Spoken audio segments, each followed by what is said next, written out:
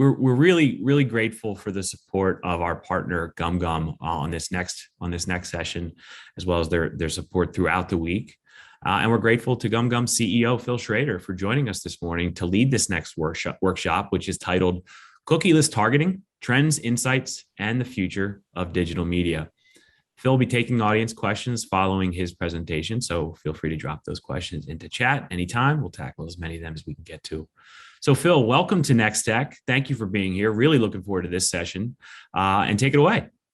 Thank you so much. I really appreciate it, Matt, and looking forward to kicking this off. And hopefully a lot of people can actually learn some new stuff today. So let's dive into this. So I think we've all are probably at some point to nauseam hearing about cookieless targeting, but we're going to dive a little bit deeper. So hopefully you're coming into this session with an open mind. I think one of the things that you will see that I will drive through this presentation is, of course, one, hopefully you all learn something. That's most important. Two, that we also level set with where the industry is, I think, in at least at a macro view of where and how we are handling the cookieless future. And then third, I really ask as you go through this, if you're listening to this presentation, ask yourself, who are you, whether an agency, brand, publisher, ad tech vendor, and where you sit within kind of the ecosystem of your own DNA. And what I mean by that is, are you an innovator? Are you someone who's a leader? Do you push forward first? Are you ready to disrupt the status quo? And are you ready to really think about this time in our industry and really put aside, really as best as we can, the business operational limitations that may stop from wanting you to move forward, as this is such a critical time that we start to test and learn multiple different opportunities to really address the cookieless future. But first, we should dive into like, why GumGum? Why should you even listen to us? So first, we've been around for 14 years now. We've built a contextual intelligent engine called Verity that we have been building over these 14 years in an effort to really bring the global best contextual technology to our industry and to help really define a whole new future for contextual.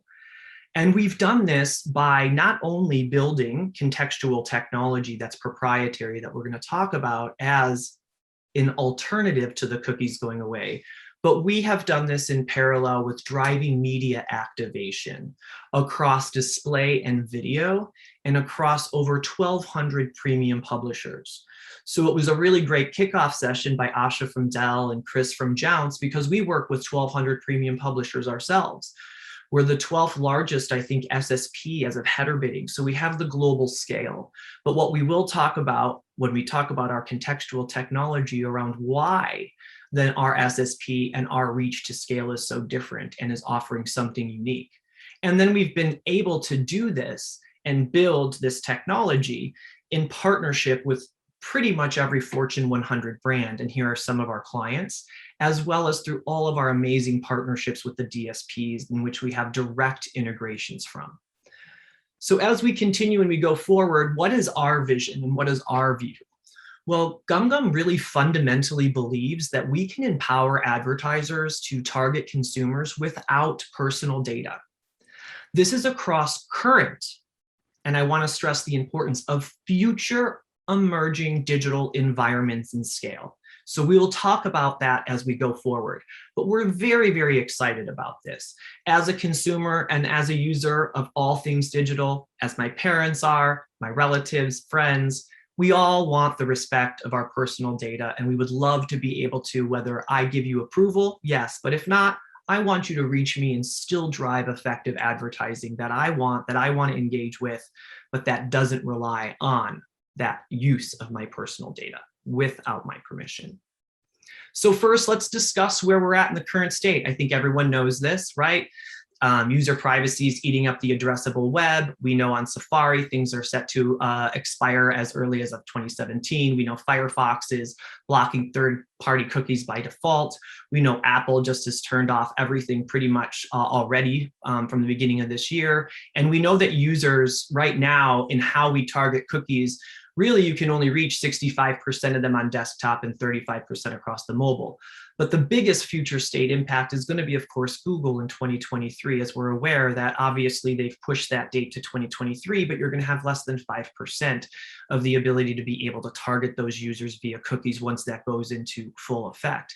So this has created a huge opportunity for GumGum and for alternative cookie solutions, but it's also caused some chaos amongst the industry around how to continue to drive the efficiency, the value that we've seen from powering the distribution of our digital media by leveraging audience data in this way. And what are those alternative solutions? So as we look at the cookieless targeting solutions that are available or that we've started to discuss, many of you are familiar with the numerous people IDs, shared ID sources that are out there. I think there's some over 80. Right? And there are still some limitations to this, right? It still requires tracking individuals and relies a lot of times on email. There's a risk of continued increased regulation. I think it was just last Friday that President Joe Biden just really produced an executive order to the FTC demanding more done around the anonymity of personal data and how we are protecting surveillance of consumers' data online. So again, going to continue to see more of different types of data scrutinized. And then of course, there's adoption challenges. So where and how are we going to get support globally, a standard? And even with that, what is going to be the best outcome? And even the most bullish are still only saying that maybe 40 to 60% of existing coverage they can get through some of these shared IDs, leaving a huge, huge gap. You have the Google sandbox, and obviously that was a work in progress with them and also pushing the cookie out till 2023. But again, this still requires tracking through cohorts. And one of the challenges just for me I have, right, whether I'm searching for something LGBTQ or, looking for a baby gift, it's how are you going to start to put me in cohorts? But maybe that's really not indicative of who I am and what I'm going through. And do I really want to be classified that? And that's how you're thinking of actually targeting me going forward. There's a risk of placing people in the wrong groups and overgeneralizing, as I mentioned. And of course, this is going to still require some sort of third-party validation. And then finally, publisher first-party data. This is great for publishers, great for access, and great for the deals and partnerships you might do on a one-to-one basis. But there is a massive opportunity within the web to reach consumers and across all future digital environments as well. So scale becomes a big issue. It also does hurt the long tail or all of the medium and other publishers that are out there with amazing content that might not be able to get access to a one-to-one relationship with an advertiser or a brand. And it can be very expensive for advertisers and will lack standards. It'll also create, competition within those specific, what are deemed premium or first-party data publisher inventory. And so with all of that, and with so many unknowns and with so much scrutiny still to come, what are we alternatively left with as something we should be thinking about that doesn't really go along the lines of using a data point, a cohort, or something to help hyper target an ad? And that's where contextual targeting comes in. And I know many people are thinking we've been doing this for years, and we have. It's been part of the inception of advertising and what has made it so successful. But why is contextual so much more important now than ever? Because one, and we'll talk about, it's not like it was yesterday or 10 years ago, right? So it's evolved, it's advanced, but also it doesn't use any personal data.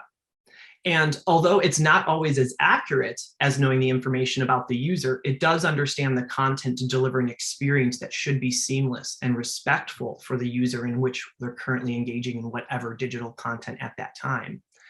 And it requires a new way of thinking. And I think this is where, when we think of innovation and how we're leading the industry through this change, is how are we going to become innovative in thinking about contextual in its own way of measurement and ROAS versus the trying to compare it to the set audience tactics that we've become so reliant on to date.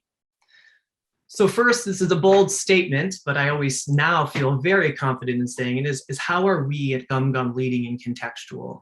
And I say this, of course, as the CEO to be excited, and obviously we want you to look at our solution as something you hit your cart to. However, it's important to note how we got here. So why are we leading in contextual? And as a company like GumGum, who of course, we're not Google yet, It comes down to the validation, and it comes down to the education. And so first, why are we leading? Well, we're different. So today, all of the primary brand safety contextual providers out there that we're currently using, that we've been using at scale for years and years and years, are at the property level from an accreditation standpoint. They are looking at just the keyword or the text.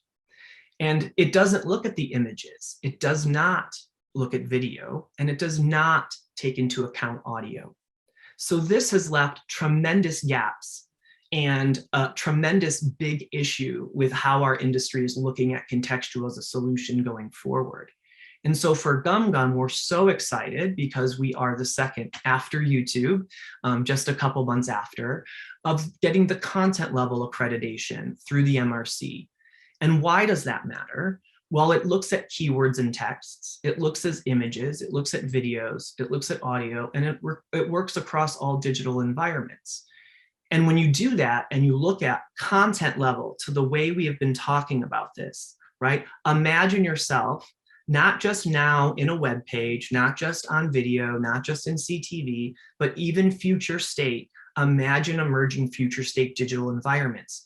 The contextual environment in which that user is consuming that content is the holy grail and the foundation of that future creative experience. Our technology allows you right now to target against that, and we can validate that. One of the challenges we have, and history loves to repeat itself in our industry, for example, viewable impressions. We all know what a viewable impression is now. There was a standard issued, right? 50% above the fold, etc. But what we don't have is we don't have a contextual impression standard. What is a contextual impression standard?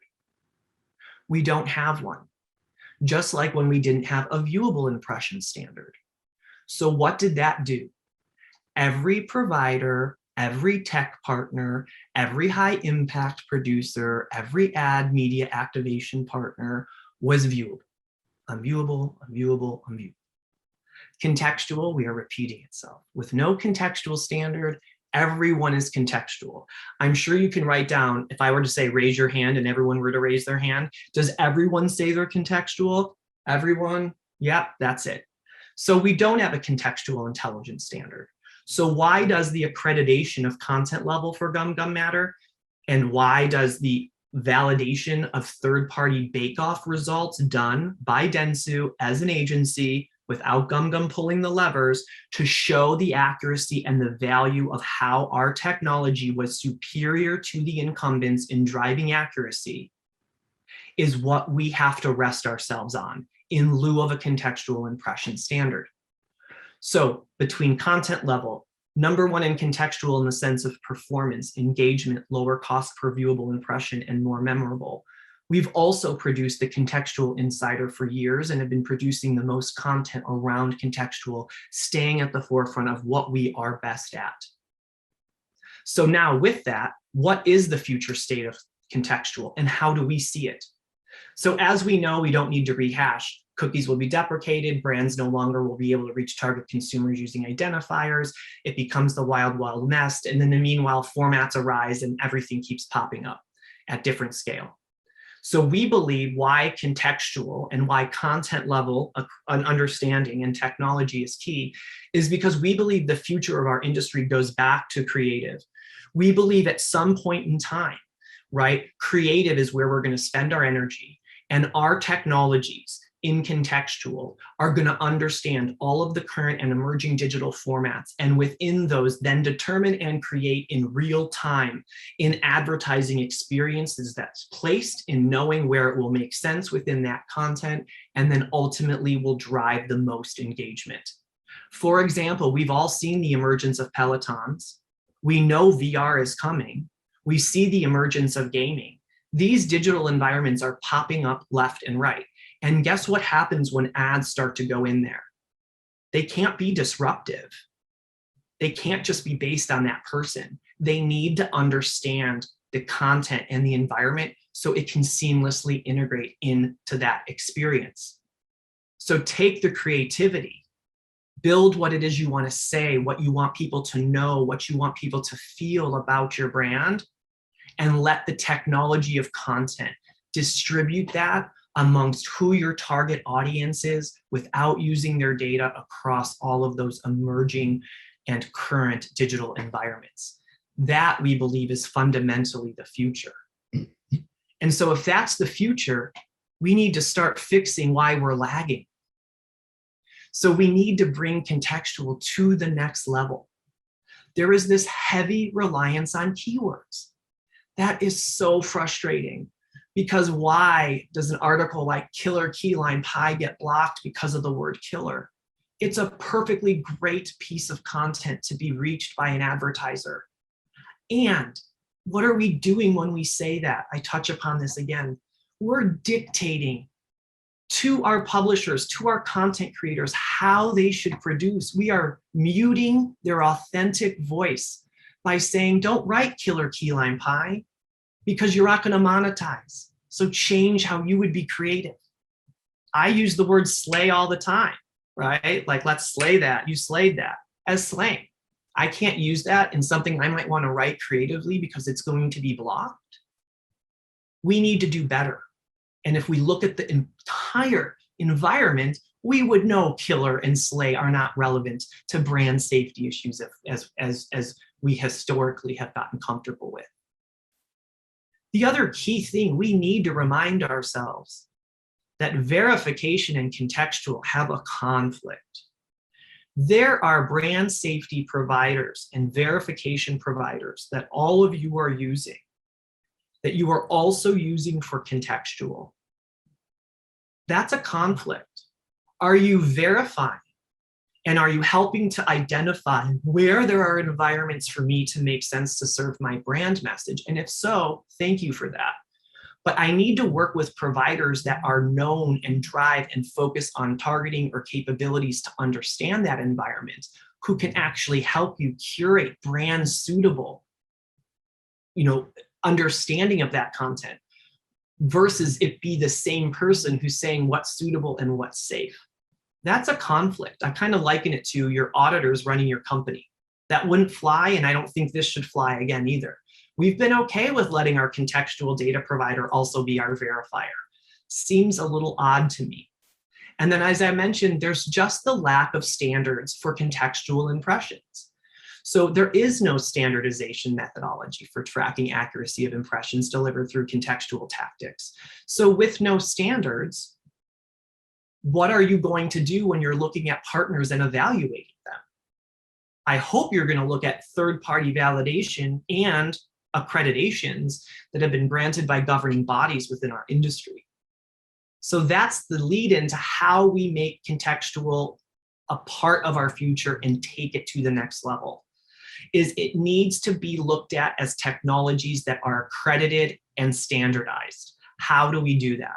When any advertiser is running GumGum across the 12th largest scaled platform in the world, across display or video buys, they are getting access to the global best content level technology targeting capability that is powering every one of those creatives. That is unique and special to GumGum. That needs to be how we set the tone for all buys that we have. Who are you using to power the distribution of my media activation? We need to look at this so that we can truly support independent journalism. We can't have social issues. We can't take away the authenticity of our content creator's voice. A social issue like George Floyd can only last so long when everyone and every advertiser wants to block it because they're concerned about murder. Well, what does that do? It takes the voice of really positive and important content and forces them to change what they write about because they need to keep their lights on and they need to monetize. Also, the publishers, this is so exciting because the publishers now can get content level access to our technology. We have an API for publishers that are working with top publishers right now.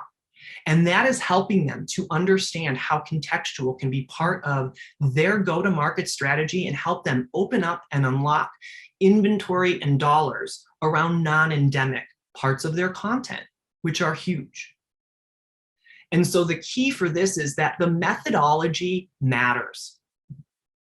We looked at thousands of pages across the internet to classify context and identity and potential threats that are present across this content. Through human verification, through machine learning and training, and through our technology in action. All of that supports GARM's 4As. It is content level MRC accredited and is the third-party accuracy validated. And why that's important is because it's the foundation for the future of what your contextual solution may look like. Many people aren't even aware at this point yet, or even know that contextual technologies and content level technology like GumGums is powering the most video contextually driven PMPs within CTV right now. We're working with a major CPG brand and we power CTV at scale inventory using contextual signals. The API for content level can now be pumped right into a publisher or right into a DMP or an advertiser. And we've already started to unlock the value within our DSP partnerships through integrations to make our content level technology available outside of just GumGum's activation, but across the entirety of the web. This is just the first step that I hope will be many more of partners to come into this space and really start with the accreditation and really start with the validation so we can really look at contextual amongst all the noise and how it's going to solve the cookieless future for all of us going forward. And then finally, I think this was just a really great way to kind of recap what we're talking about here, is that the content level MRC accreditation raises the bar for the entire brand safety industry, especially as many brands begin shifting towards more contextual targeting and away from behavioral targeting due to the deprecation of cookies and other consumer identity trackers, as Joe Barone mentioned from Group N. So just quickly to wrap that up, we have a little time, but I ask, are you using the best that you can be using from content level technology across your distribution of media activation and internally when assessing how you're going to build a contextual solution for the future? Phil, and that's it. Phil, terrific job, Phil. Let's take a look at your key takeaways, and then we'll hit some questions from the audience. Oh yeah, sure. Let's do that. So key takeaways. One, test innovative solutions, right? Push the envelope. Like I mentioned, are you ready and are we ready as an industry to be aggressive and take chances? This is the time.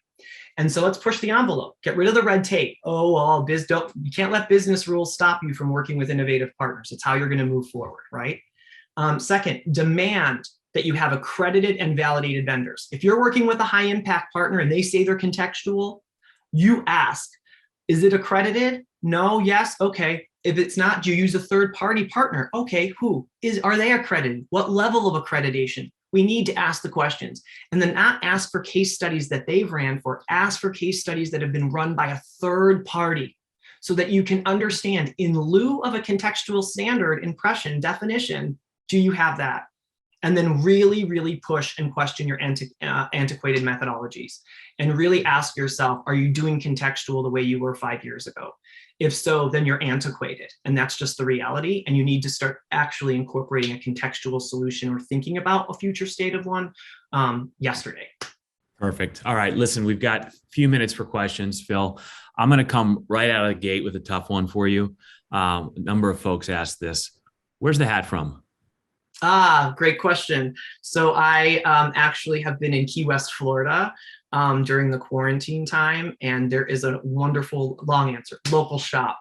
A woman brings them in from Ecuador and she's wonderful. And so I've just randomly started to collect different, locally made Ecuadorian hats from here.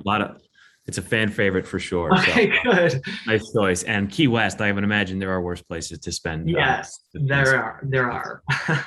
So I know we talked a lot about contextual, but just to sum up, Phil, can you talk specifically about why it's a better option for targeting than what most of us or many of us are currently using? Yeah, and it's so interesting. We say better, and I don't know if I would ever say the word better, but it's a great question. But it's a targeting methodology that's going to be here in perpetuity. So it's because I believe at the end of the day, understanding the environment a user's in is going to be foundationally critical to anything we do in our future. Because imagine like Pelotons and games and computers and videos and CTV, they're all going to pop up. And so a lot of those new digital environments are meant for non-disruptive experiences because I'm in a mode, right? But if I'm on a Peloton and there all of a sudden becomes an ad-supported model on Peloton, like knowing when to throw in, a hydration, like Gatorade 2 times, whatever it might be, that's where it's going to go, right? And I think that's why it's most important right now. And I think the experience of going after attention, qualified attention, is going to be a bigger deal within our industry than it ever has, as we've seen even from the recent investment by, into Adelaide from Moat and everyone else there. You're seeing attention. So if I'm in that and I notice something that's relevant, boom, I got it here. And so I think we need to think of it as a different way to draw in a consumer. Phil, Daniel Horn asked, has Google's delay to 2023 at all changed GumGum's short-term strategy and approach to the market, given that cookies will be around for a bit longer?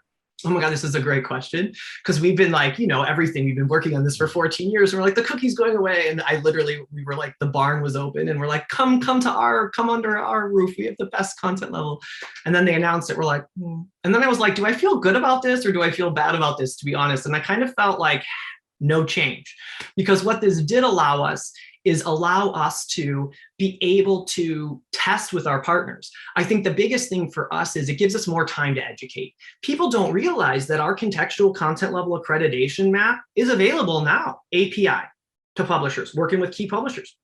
We're in Stacked Adapt, we're in Acuity Ads, you can content level bias there. We're integrating right now with the key top DSPs right now. We're working with DMPs and agencies to power contextual into their solution.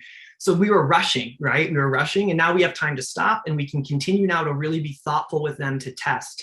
So it's good and bad. It just, hopefully people took that and still go as fast as if it were not going until 2023. That's the concern, is that people get comfortable again.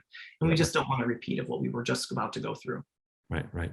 Well, Phil, why don't we close with the results from the poll earlier? So, and then maybe you can comment. 84% of attendees said that this workshop has made them rethink how you approach figuring out your 2022 contextual strategy. So, just wanted to share that. That means a lot, Matt. And that's really thank you, Matt, for this. And thank you so much for Adweek for this opportunity. As I close, it was really what I think another thing was interesting is when Google made that move, it was amazing how we all had to respond as an agency to one company making a change. And even when we look at content level, if you're a person who's been working with the same contextual vendor for 5 to 10 years, that doesn't make it wrong, but it's okay to challenge them. And it's okay to test other partners, and you owe it to yourself as a brand and to your consumers to test other partners, just to make sure we're being as innovative and forward-looking as we possibly can to ultimately, at the end of the day, respect the consumer and be really mindful of the regulation, the governmental scrutiny, and just the inherent challenges where we have right now in effectively grabbing attention of potential target consumers across digital environments. So that's a really awesome stat, Matt. Thank you for sharing that. I'm glad it wasn't 15%. Then I would have been like, did we have to share that on the call? My pleasure, Phil. I think that's a great way to wrap. I want to once again thank you for all your expertise and insights that you've shared over the past 30 minutes, as well as a huge thanks to GumGum for their partnership and support of NexTech this week. Yeah, awesome. And I hope you have an amazing rest of this session and really appreciate it, and look forward to hopefully hearing a lot more from us and a lot more new and innovative things we're bringing to the industry, because it's an exciting time. So thanks. Looking forward to it. Thank you, Phil.